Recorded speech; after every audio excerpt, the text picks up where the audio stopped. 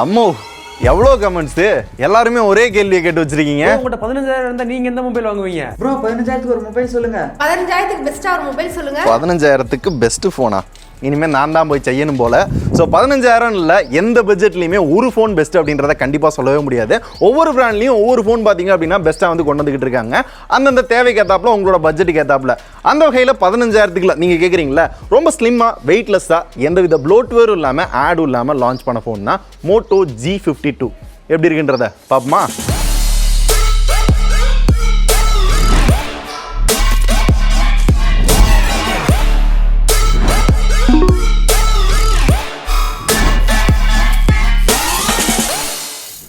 ஃபோனோட அன்பாக்சிங்கை சிம்பிளாக ஷார்ட் வீடியோவில் பார்த்துருப்பீங்க. ஸோ இதோட அன்பாக்சிங்கும் சரி, இதில் இருக்க ஃபீச்சர்ஸையும் தனித்தனியாக வளவலன்னு பேசாமல் இந்த பட்ஜெட்டில் இருக்க ஃபோன்ஸோட கம்பேர் பண்ணி இந்த ஃபோன் எந்த அளவுக்கு ஒர்த்துன்றதை பார்க்கலாம். எந்த ஃபோனோட கம்பேர் பண்ண போகிறோம் அப்படின்னா, இதே பட்ஜெட்டில் நிறைய பேர் வாங்குற ரெட்மி நோட் 11, இதுவும் 13,500, இதுவும் 13,500. ஸோ ஃபர்ஸ்ட் மோட்டோ G52ல இருக்க டிஸ்பிளே மேட்டரில் அதில் யூஸ் பண்ணிருக்க டெக்னாலஜி தான் மேட்ரு. POLED டிஸ்பிளே யூஸ் பண்ணியிருக்காங்க, அதாவது பிளாஸ்டிக் OLED டிஸ்பிளே. நார்மலாக ஒரு LCD டிஸ்பிளே, AMOLED டிஸ்பிளே இதை கம்பேர் பண்ணுறப்ப இந்த POLED டிஸ்பிளே பார்த்தீங்க அப்படின்னா ரொம்ப திக்னஸ் வந்து கம்மியாக இருக்குமா. அதனாலேயே பாத்தீங்க அப்படின்னா போனும் வெயிட் கம்மி, அந்த திக்னஸுமே பாத்தீங்க அப்படின்னா ரொம்ப கம்மியா கொடுத்துருப்போம். மிச்ச போனை கம்பேர் பண்றப்ப பார்டர்லெஸ் டிசைன்ல கொடுத்துருக்கோம் அப்படின்னு சொன்னாலும் லைட்டா இருக்கும். மிச்ச போன்லாம் நிறைய இருக்கு, இங்க இதுல இன்னும் கொஞ்சம் கம்மியா இருக்கு அப்படின்னு சொல்ல வராங்க.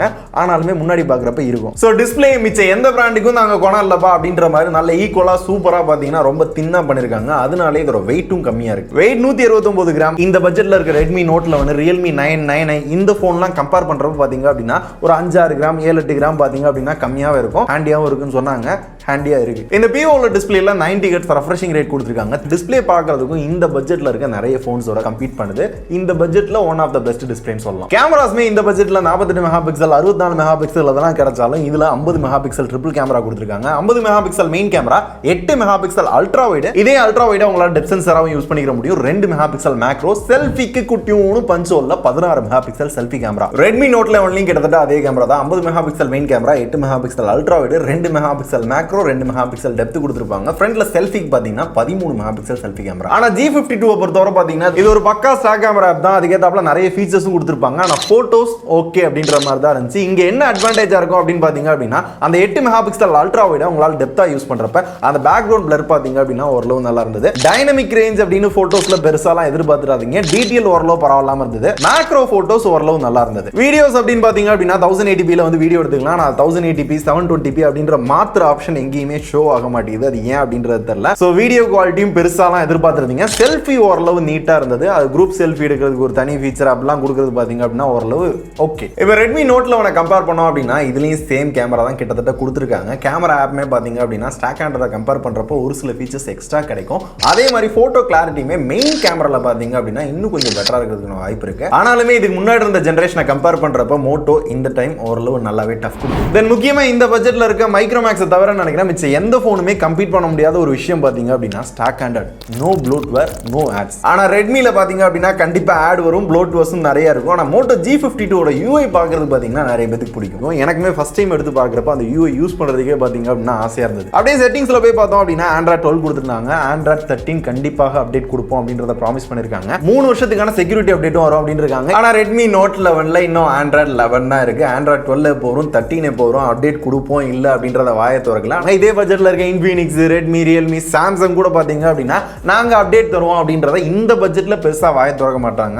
இவங்க ப்ராமிஸ் பண்ணது குட். அண்ட் மோஸ்ட்லி இந்த பட்ஜெட்ல நிறைய போன்ல இருக்க ஒரே ப்ராசஸர் Snapdragon 680. இதுலயும் இதே தான் கொடுத்திருக்காங்க. Redmi Note 11லயும் அதே ப்ராசஸர் தான். இதுக்கு முன்னாடி மோட்டோ ஒரு சில போன்ஸ்ல மொக்க பண்ணிருக்காங்க. ஆனா இந்த டைம் நல்ல காம்படிட்டிவா அதே ப்ராசஸர் தான் கொடுத்திருக்காங்க. இதோட Antutu ஸ்கோர் பாத்தீங்க அப்படின்னா 2,60,000 மேல இருக்கும். நார்மலா கேமிங் பெர்ஃபார்மன்ஸ்லாம் பாத்தீங்க அப்படின்னா டீசென்ட்டா தான் இருக்கும். இந்த ப்ராசஸர் தான் லைட்டா இடிக்குது. ஏன்னா அந்த 15,000 ரூபாயில நிறைய பேர் வந்து 5G ப்ராசஸரே கொடுக்க ஸ்டார்ட் பண்ணிட்டாங்க.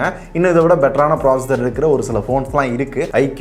ஸோ அதை கம்பேர் பண்றப்ப 4Gக்கு நாங்கள் கொண்டு வந்திருக்கோம், கேரியர் அக்ரிகேஷன்லாம் சூப்பராக பண்ணியிருக்கோம் அப்படின்ற மாதிரி சொன்னாலும் இந்த ப்ராசஸர் இந்த பட்ஜெட்டுக்கு லைட்டாக இடிக்குது. அண்ட் இதை தவிர கம்பேர் பண்ணுறதுக்கு ஒன்றும் இல்லை. காமனாக வந்து 5000 mAh battery, 33 watt fast charging support. And Redmi Note 11லையும் பார்த்தீங்க அப்படின்னா அதே 5000 mAh battery, 33 watt fast charging support, பாக்ஸ்குள்ள சார்ஜர் வருது. ஆனால் மோட்டோ G52ல பார்த்தீங்க அப்படின்னா NFC சப்போர்ட் கொடுத்துருக்காங்க. 14000 ரூபாய்க்குலாம் எவனும் வந்து NFC சப்போர்ட் கொடுக்கறது கிடையாது, இங்கே இருக்கு. And stereo speaker Dolby Atmos சப்போர்ட்டோட கொடுக்குறோம் அப்படின்னு சொல்றாங்க. சவுண்ட் எஃபெக்ட் மேலே கீழே மட்டும் இல்லாமல் ஃபோனுக்கு பின்னாடி இந்த இடத்துல கூட அதிருது.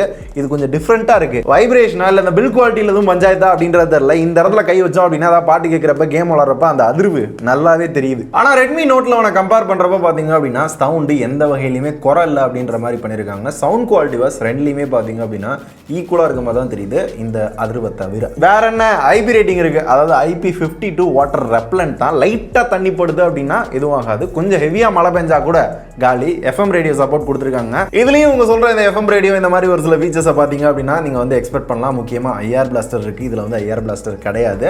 ஸோ ஓவராலாக அந்த ரெண்டு ஃபோனையும் கம்பேர் பண்ணுறது பார்த்தீங்கன்னா இதுக்கு முன்னாடி மோட்டோவை பொறுத்தவரை கொஞ்சம் ஒரு சில விஷயங்கள் வந்து பண்ணிக்கிட்டு இருந்தாங்க ஒரு மாதிரி. ஆனால் இப்போ ரீசெண்டாக பார்த்தீங்க அப்படின்னா இந்த பட்ஜெட்டில் இருக்க ரெட்மி நோட் 11 இருக்கட்டும், ரியல்மி 9 இருக்கட்டும், இந்த ஃபோனுக்கு எல்லாத்துக்குமே நல்லா கம்பீட் பண்ணுற மாதிரி நானும் இருக்கேன்டா அப்படின்ற மாதிரி காட்டுற மாதிரி இந்த ஃபோன் லான்ச் பண்ணியிருக்காங்க. ஸ்டோரேஜை பொறுத்தவரை பார்த்தீங்க அப்படின்னா 4GB RAM 64GB internal, 6GB RAM 128GB internal அப்படின்ற ரெண்டு வேரியன்ட் லான்ச் பண்ணியிருக்காங்க. ஸோ பிரைஸ் இப்போதைக்கு பேஸ் வேரியன்ட் 14500 ரூபாய், 1000 ரூபாய் அதோ கார்டு ஆஃபர் வருதுன்னு நினைக்கிறேன். 13500 ரூபாய் அப்படின்ற எஃபெக்டிவ் பிரைஸ்லேயே நீங்கள் வாங்கிக்கலாம் அப்படின்னு சொல்லப்படுற இந்த G52 பொறுத்தவரை எல்லா ஃபோன் மாதிரி இதுலேயும் சில விஷயங்கள் பிடிச்சிருந்தது, ஒரு சில விஷயங்கள் பிடிக்கல. அது எல்லாத்தையும் நிறைய உள்ள டிஸ்கஸ் பண்ணோம்.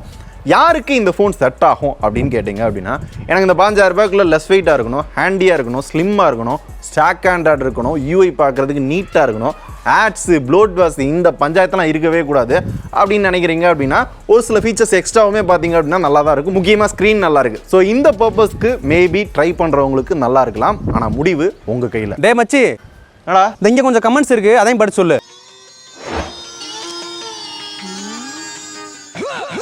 என்ன ஆளக்கண்ணா வீடியோ பண்ண போயிருப்பான்.